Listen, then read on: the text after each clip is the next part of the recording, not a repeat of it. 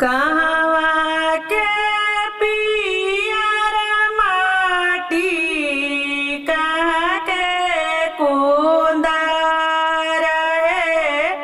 कहवा के पाँच सोहागिन माटी कोड़े जैसे है। कहवा के पाँच सोहागिन माटी कोड़े जैसे छपरा के पियर माटी गोपाल गज के कुदार है।